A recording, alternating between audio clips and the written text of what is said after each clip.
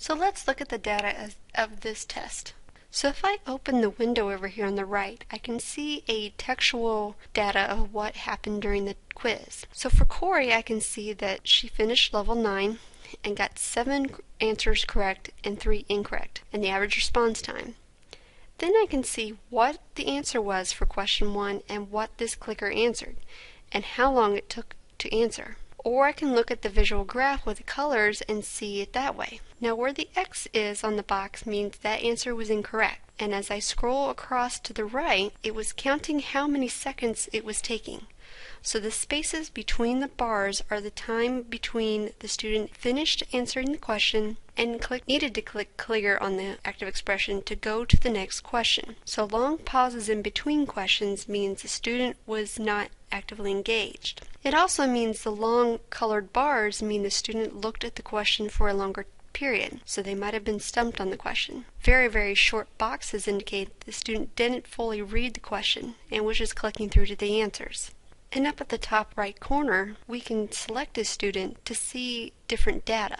So let's click on Rocco. This student got the same number of answers correct and incorrect, but their average response time was just a little bit shorter. In the top left corner, you can see how much time was left in the test in the pre-built time. This test happened to have 20 minutes built in, and so we were down to 15 minutes and 51 seconds remaining. If I change the view to incorrect answers, I can see which ones each student got wrong, and these are in question order. So the very first question, Corey got it wrong. On the second question, all 3 students got it wrong.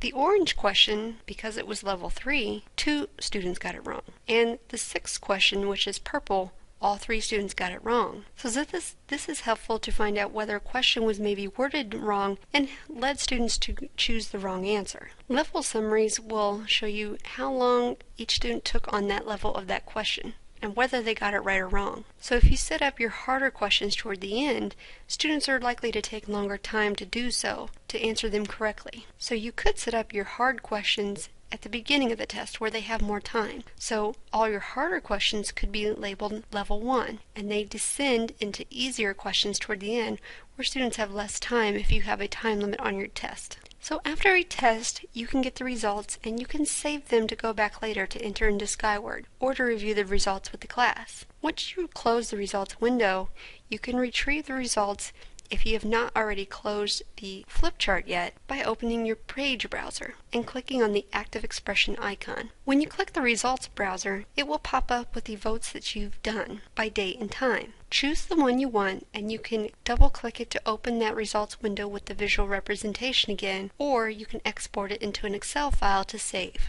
Choose the one you want and hit export. Choose where you want to save the Excel file and the name that you want to save it as. I'm going to save this as Cat Quiz. So the beginning tab in Excel is a summary quiz of this instance. So we want to look at the data that happened today during the quiz with the 3 students.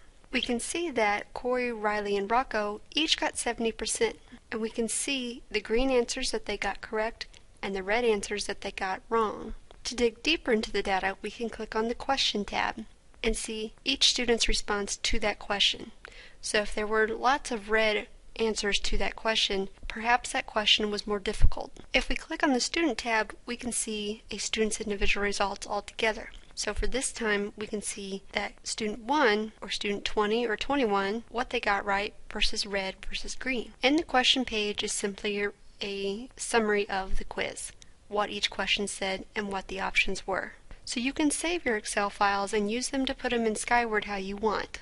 You can also keep them as database so you can show students how they progress, especially if you did a pre-test and a post-test.